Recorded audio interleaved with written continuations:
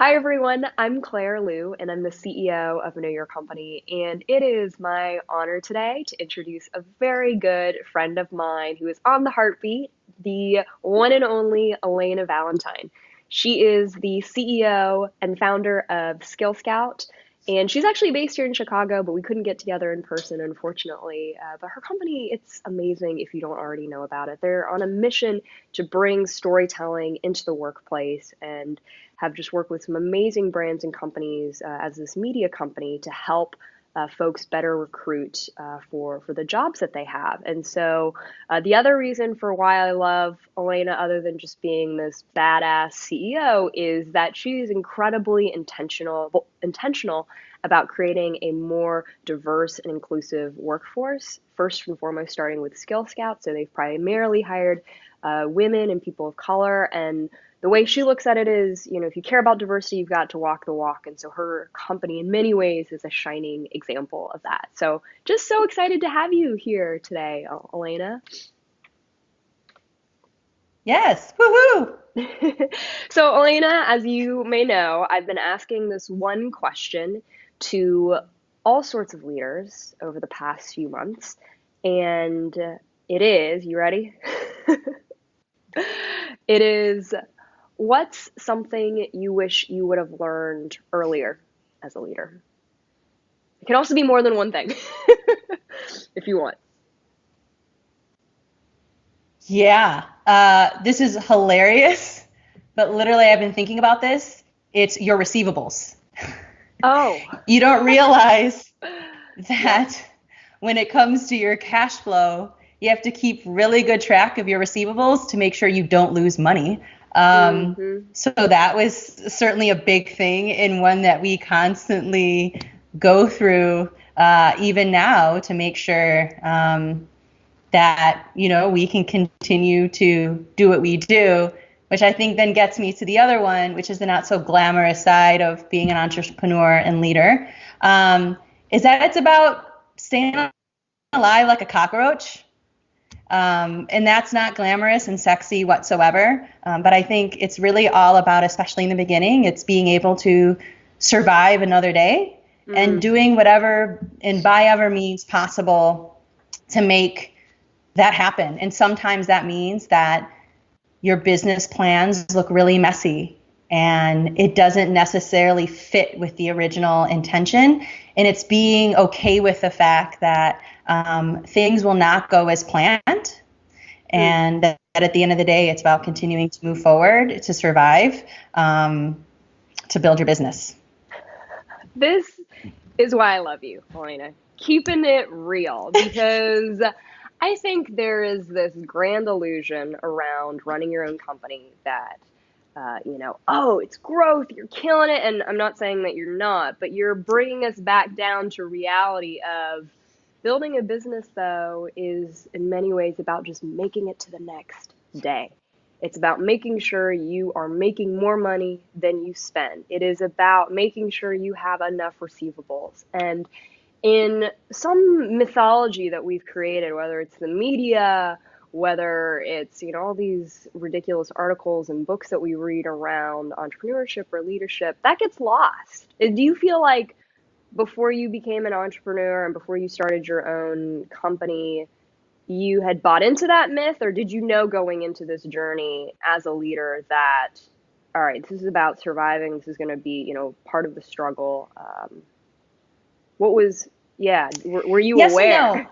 Yeah. I'll be I'll be honest, and this is so hilarious and naive of me to think this way, but when I got into this, I kind of came in thinking that there was only one way to build a business, and Mm, that was to raise a lot of money mm-hmm. and grow it to a point that you sell or, you IPO, Mm, which is so stupid and naive to think, considering that the majority of businesses in the world are bootstrapped yep. and are small businesses Yep. and are privately owned. Um, but I think that was probably the most naive thing was I really only saw kind of one facet to building a business. Mm, And I think for a long time, I compared and contrasted what I saw out there to what our experience should be. And it took a really long time to realize that I was comparing myself to elephants when I was really a giraffe. And I needed to find other dope giraffes.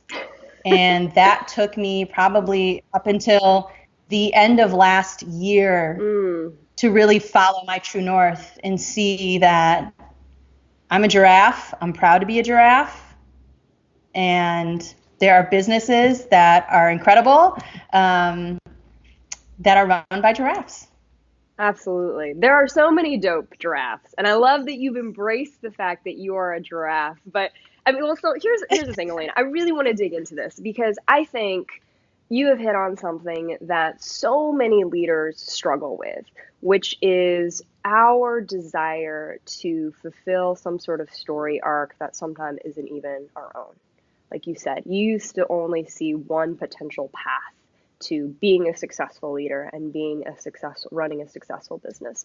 And I think as leaders, we often think, oh yeah, there's only one type of successful leader, and it looks like Steve Jobs, or it looks like Elon Musk, or whoever that person in our minds is. For you, speaking to other managers and leaders and CEOs who are watching this, what would you recommend to leaders who struggle with trying to fulfill that story or sort of please other people in that way? What's your advice? How have you coped with it? I mean, like, especially at the end of last year, like you said, you sort of came into your own on this. Like, how It's did not you going to make make your that? payroll in 2 weeks. Yeah. Yeah, honestly, it's not going to make your payroll in 2 weeks.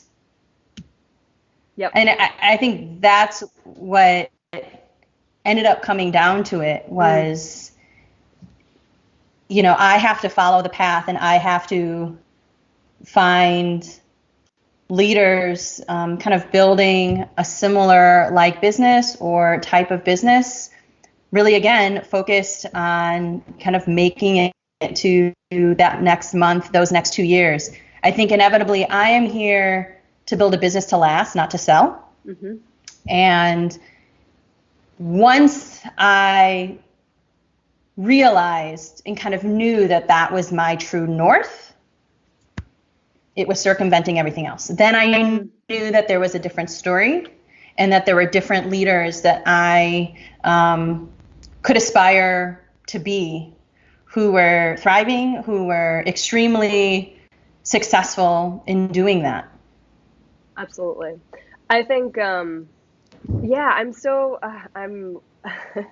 I'm taking it all in because it's really refreshing to hear that clarity. I think a lot of leaders, myself included, have always wrestled with, well, what is my true north, right? So, for example, especially when it comes to leadership style, right? You read that maybe leaders should be decisive and that leaders should be strong and have all the answers. But if that's not sort of your style, well, then how do you know what your true north is? Or here's the other thing. I work with some CEOs, Elena, and they go, Claire, I've been reading about all this stuff about like being open-hearted and like listening and like really like emotionally in touch. I'm just not really like that though as a leader. So like, do I change my personality? So talk to me about like, how do you find your true north, and what advice might you have for leaders who are trying to do that? Like, should a leader just sort of conform to what what the books are saying or what they've been reading? And I mean, how did you find that true north for yourself and your own sort of leadership style? Yeah. So truth is, there's no one right way to be a leader. That's why there's thousands of books on it and thousands of Simon X, Brene Browns of the world, because there's not one right way to do it, right? I mean, I think that's the uniqueness of the human experience, is that it's extremely multifaceted. So that's one thing I would say. Now, certainly there are narratives that are more popular than others, but I think when it's about finding your own true north as a leader, it's the idea that you are continuously learning and exposing yourself to all different kinds of styles, even if you inherently know that that's not the right one for you, to at the very least know that it exists, because part of my business is service and building relationships with me, which means that on the other side of the table, if that's a client, if that's a potential employee, I'm dealing with that specific kind of personality. And I, in turn, have to understand how I adjust and how I can elevate that relationship regardless if it's not exactly like my own. So that's one. But I would say I was very lucky, and I'm sure in many ways like yourself, we've all had our mentors and the kind of the leaders that we aspire to be. And I was super lucky to be professionally raised in kind of the innovation design thinking space. So, my professional parents are Chris and Sierra Conley, who are the founders of Gravity Tank, now Salesforce. And they were kind of a mainstay innovation design firm here in the city. And that's the main exposure that Abby and I had of leaders, which were leaders who ate last, leaders who were empathetic first, leaders who didn't play office, and leaders who saw their biggest role as being servants to their organization and to the people who they worked with. And so as a result of that, as I was working there and having these visions of the kind of leader I wanted to be, I wanted to be the female version of Chris Conley. And the way that he had taken me under his wing and allowed me to grow and allowed me to thrive. It wasn't a lot of dictation. It was a lot of how would you solve this problem, Elena? And giving me the space to fail and to also present new ways to actually do it. There is a gift to being able to identify strengths of someone and helping them to leverage that. The other thing I really learned from him inherently as a result, again, being a design researcher, being someone who's always trying to put themselves in someone else's shoes, was always that, like, if someone fails, if one of my colleagues fails, if I failed, under Chris Conley, the question always was, what did I do as a leader that sets you up for failure? And what can I do as a leader to set you up for success? What barriers do I have to remove for you? What kind of structures or guidance do I need to put in place to make you successful? And when you do that, you realize that you start to open yourself up to actually having a true feedback conversation, so that it doesn't just become around, hey, Abby, Nicole, Colette, this is what you did wrong. It's to say, so I've been able to reflect on this, and here's what I know I did wrong. Here is my CEO failure bow. Of why I know this didn't look how it should have. And here's what I'm going to do to improve that. And so I open up all of those conversations when it comes to success and failures, of also making sure that I'm opening myself up to reflect on what I could have done better, but also making it comfortable for them to also let me know what I could have been working on, in addition to their own reflections of what could have gone better. In terms of them being able to bring something to the table. Absolutely. No, I think, I think you've touched on so much that's helpful for folks in terms of making sure, I love what you were saying, first of all, of the awareness piece, right? Being aware of how you're coming across, right? Even if it's not necessarily your style, but what effect does that have on the client or the employee you're working with? I love your mention of mentors and how much that's shaped where you draw inspiration from. I think all of us, hopefully, haven't just had the bad boss experience where we're like, okay, we don't want to be that. Hopefully, many of us have had the good leader experience and gotten to work with someone where we really admired. I know that's definitely shaped some of my views as well. And then this last idea of wanting that feedback and being very open and saying, okay, here's where I messed up. Here's where I just fell flat on my face. Tell me how I can be better. And how in those ways that can help shape your true north, your personal style of leadership. Those three different pieces.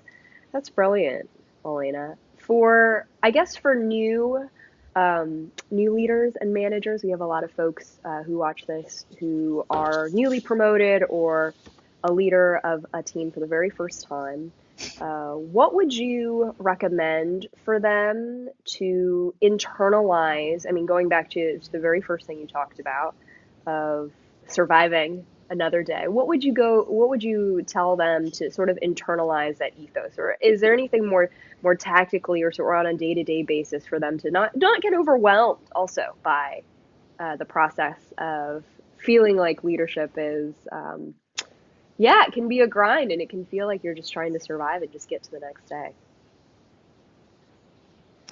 I mean, I think it's a reframe. I mean, obviously, not every day should feel like survival. Yeah. But I will kind of harken back to another one of my great professional uncles, who we both mutually know, Josh Braun. Yes. And be it whether it be in sales or whether it be leveraging your own team, your role as a manager, or sales in generally, is what can I do to help make you more awesome? Mm-hmm. And that could be about removing barriers. That could be about putting processes in place. But I think that there's something really poignant about reframing it to understand that on a personal level, be it for an external facing problem or an internal problem, what is it as a manager that I can do to help make you more awesome? Mm-hmm. So that, I would say, is kind of it's more of a key question. And it's seeing that as a manager, these are people, and you have to look at them holistically. And sometimes it isn't just a work tactical problem. There's something deeper than that.